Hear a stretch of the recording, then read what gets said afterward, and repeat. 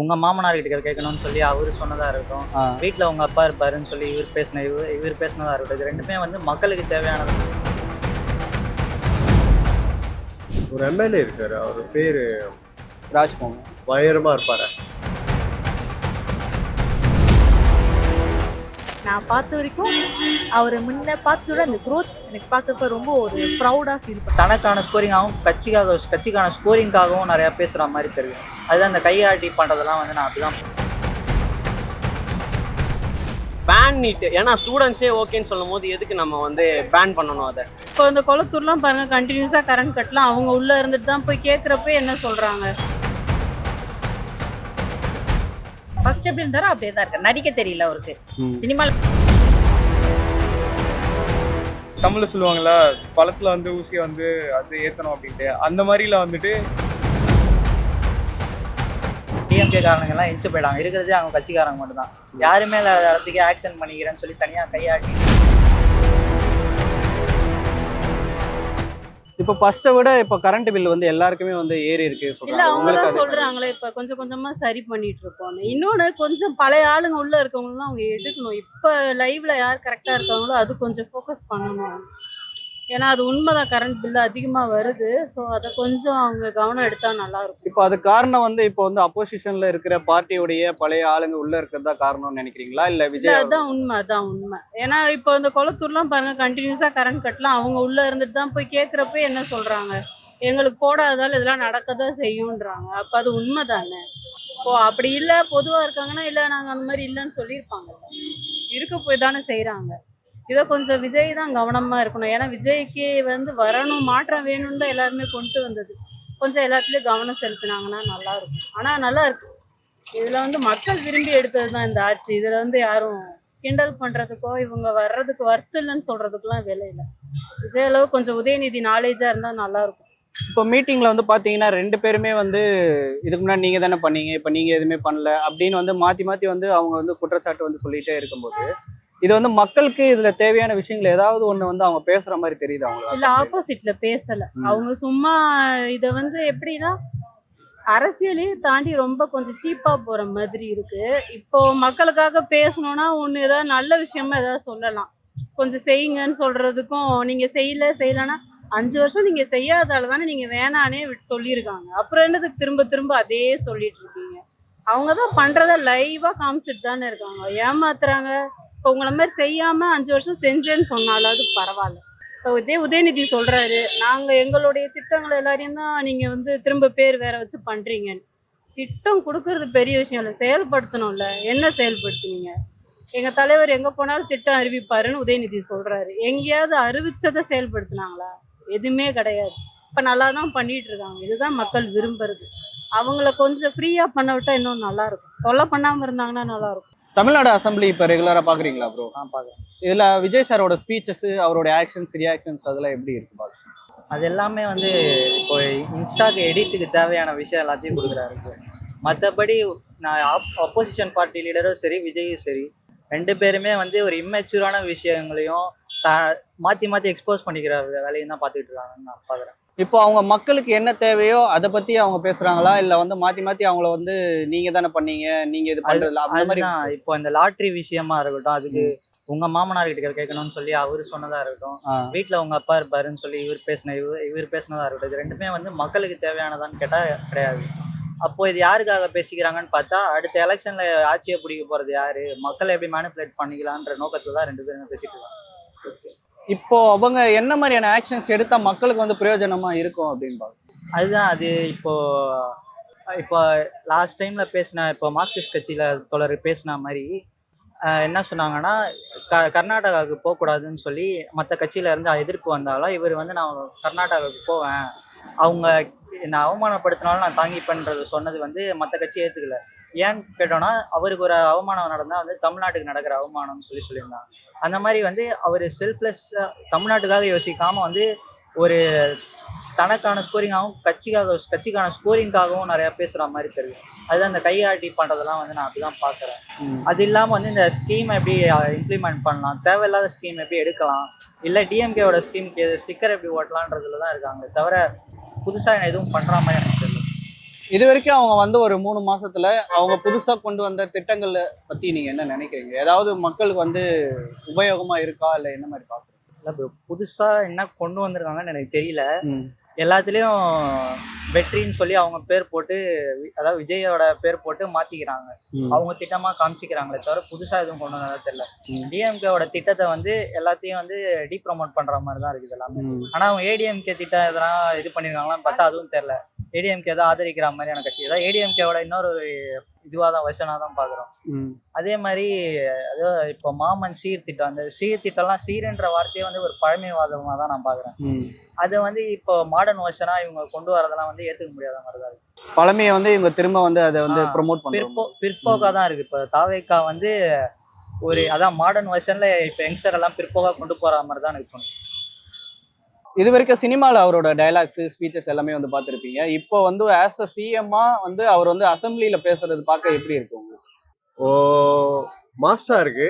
ஏன்னா ஒரு நடிகரா இருந்துகிட்டு அத்தனை கோடியை விட்டு மக்களுக்காக சேவை செய்யறதுக்காக வந்திருக்காரு நம்ம தளபதி. அண்ட் அது ஒரு ஒரு மாற்றம், ஒரு நல்ல மாற்றம் நான் முழுசா நம்புறேன்.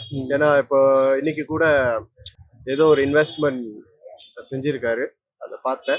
எனக்கு ரொம்ப சந்தோஷமா இருக்கு. பிடிச்ச ஆக்டர், சின்ன வயசுல இருந்து அவரோட படம் தான், அவரோட படத்திலேயே நான் வளர்ந்தேன்.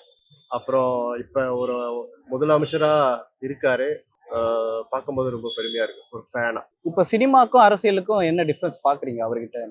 சினிமா வந்துட்டு இத்தனை வருஷமா நடிச்சிட்டு இருக்காரு, ஆனா அவர் சிஎம்மா நடிக்கல. ஸோ அதுதான் மெயின். இப்போ அவர் தவிர்த்து வேற யாராவது எம்எல்ஏ எம்பிகளுடைய ஸ்பீச்சஸ் வந்து உங்களுக்கு பிடிச்சிருக்கா? என்ன மாதிரி? ஒரு எம்எல்ஏ இருக்காரு, அவர் பேரு ராஜ்மோகன். பயங்கரமா இருப்பாரு. Aadhav Arjun. Aadhav Arjuna, yes yes yes. Aadhav அர்ஜுனோட ஸ்பீச்லாம் அவர் கொடுக்குற அந்த ப்ராமிஸ்லாம் கரெக்டா செய்யறாரு ஒன்னா. ஸோ எல்லாம் நல்லா போயிட்டு இருக்கு. நான் பார்த்த வரைக்கும் அவர் முன்ன பார்த்ததோட அந்த growth எனக்கு பார்க்கறப்ப ரொம்ப ஒரு ப்ரௌடா ஃபீல் பண்றேன். இப்போ ஒரு நடிகர் வந்து சிஎம் ஆனதுக்கு அப்புறம் உலகமே வந்து கண்டு நோக்கிற அளவுக்கு வந்து இப்போ வந்து உருவாக்கிருக்கு. இப்போ நீங்க மலேசியால இருக்கிறதுனால மலேசியாவோட மக்களுடைய பார்வை வந்து என்னவா இருக்கு? அவங்களோட ஒப்பீனியன் என்னவா இருக்கு? நிறைய பேர் சப்போர்ட் தான் பண்றாங்க. ஏன்னா அவரோட மேனிஃபெஸ்டோ அதெல்லாம் பார்க்குறப்ப நிறைய உதவி பண்றதுக்கு ரெடியா இருக்கார், தயாரா இருக்காரு. ஏன்னா அவர் அவ்வளோ பெரிய ஒரு ஸ்டாரா இருந்து எல்லாத்தையும் அவர் கிவ் அப் பண்ணிட்டு நான் வந்து பொலிட்டிக்ஸ்ல வர போறேன்னு சொல்லிட்டு அவர் ஃபுல்லா இங்க வந்துட்டாரு. அவர் நினைச்சிருந்தாக்கா அவர் இன்னும் சினிமா துறையில இருந்திருக்கலாம். ஏன்னா அவருக்கு வருஷம் வருஷம் கண்டிப்பா படம் இருக்கு. அவரோட இங்க ரசிகரும் நிறைய இருக்காங்க. கண்டிப்பா படம் ஹிட் ஆயிரும். எல்லா படமும் எனக்கு தெரிஞ்சு எல்லா படமும் அவருக்கு அந்த ஹிட் இப்போ உள்ள காலகட்டத்துல எல்லாமே ஹிட்டா தான் இருக்கு. அது எல்லாத்தையுமே அவர் கிவ் அப் பண்ணி நான் பொலிட்டிக்ஸ்ல தான் இருக்க போறேன்னு சொல்லி வருது வந்து அது ஒரு அவர் சாக்ரிஃபைஸ் பண்ணிட்டு வராருனாக்கா கண்டிப்பா அது ஒரு நல்ல ஒரு மாற்றத்தை கொடுக்கறதுக்கு, அந்த ஒரு சேவை செய்யறதுக்கு தான் வரேன் அப்படி சொல்லி ஒரு மைண்ட் செட்ல தான் இருக்காரு. இப்போ விஜய் சார் தவிர்த்து மீதி எம்எல்ஏவாரும் சரி எம்பியா சரி யாரோட ஸ்பீச் வந்து நல்லா இருக்கு, ஆக்டிவா இருக்காங்க? ப்ரோ, டு பி ஹானஸ்ட் சொல்ல போனோன்னா எல்லாருமே பாயிண்ட்டை பக்காவாக டெலிவர் பண்ணுறாங்க. இந்த ஆப்போசிஷன் பார்ட்டிலலாம் பார்த்தீங்கன்னா சும்மா பேசணும்னு பேசுகிறாங்களே கண்டி, டு பி ஹானஸ்ட் அந்த மீட்டிங் அந்த டிபேட் ஹெட்டே வந்துட்டு நீங்கள் பேசுகிறது சரியில்லை அப்படின்ற மாதிரி சொல்கிறாங்க. பட் கம்பேரிட்டிவ்லி டிவிக்கில் யாரெல்லாம் பேசுகிறாங்களோ every one shows the respect to the opposite party.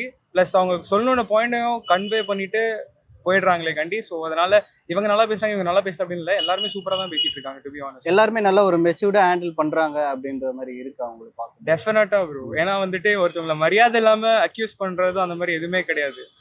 அதாவது வந்துட்டு இந்த தமிழ்ல சொல்லுவாங்களா, பழத்துல வந்து ஊசியை வந்து அது ஏத்தணும் அப்படின்ட்டு, அந்த மாதிரில வந்துட்டு இவங்களும் அவங்களுக்கு புரியுற மாதிரி விதத்துல வந்துட்டு நல்லாவே சொல்றாங்க.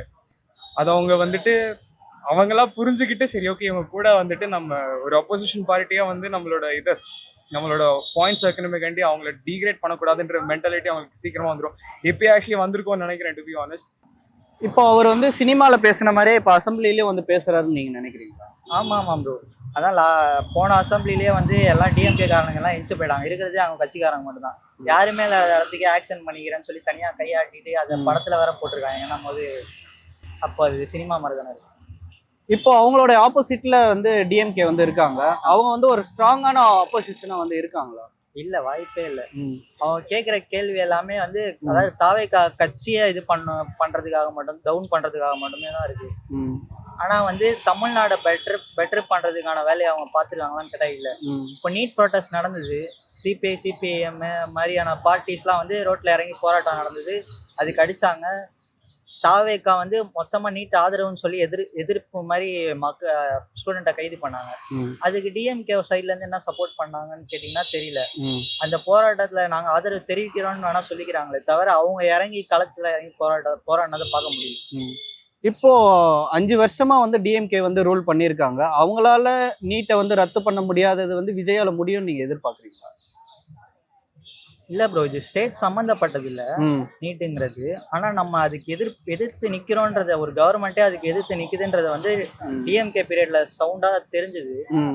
டீலிமிட்டேஷனா இருக்கட்டும், இந்த மாதிரியான சென்ட்ரல் கவர்மெண்ட்ல இருந்து கொடுக்குற ப்ரெஷரை வந்து டிஎம்கே எதிர்க்கிற அளவுக்கு டிவிக்கு அந்த எதிர்ப்பை தெரிவிக்க மாட்டாங்க. ம். நம்ம பேசுங்கன்னு சொல்லி அவங்க காதுல கேட்டாலுமே அவங்க பேச மாட்டாங்கன்றதான் பார்க்க முடியும். அவங்க எதனால அதை வந்து பேச மறுக்கிறாங்க அப்படின்றது?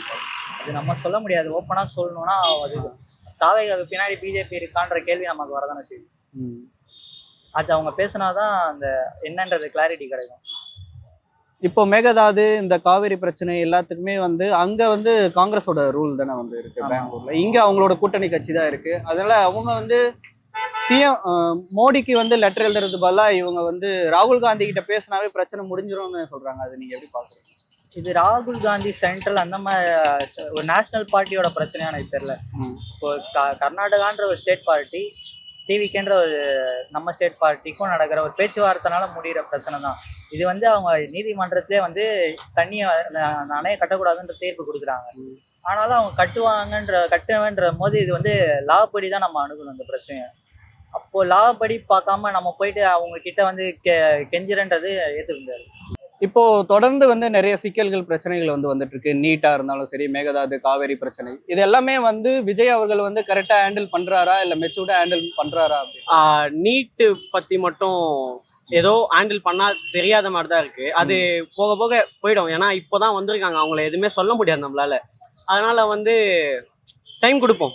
6 மாசம் சொல்லியிருக்காங்க, இப்போதான் 3 மாசமே முடிஞ்சிருக்கு. ஸோ இன்னும் 3 மாசம் இருக்கு. அவங்க இதுக்கு முன்னாடி பண்ணாத கவர்மெண்ட்ஸ் என்னென்ன பண்ண முடியாதோ அதெல்லாம் வந்து விஜய் இப்போ பண்ணியிருக்காரு. ஸோ அதெல்லாம் வந்து இன்னும் பண்ணுவாரு, பார்ப்போம். இப்போ நீட்டு தேர்வு வந்து வேணும் வேணான்றதுல வந்து அவருடைய சரியான நிலைப்பாடு வந்து இருக்கா? அவர் வந்து வேணும்ன்றாரா இல்ல வேணான்றாரா? அவரு அதுதான்.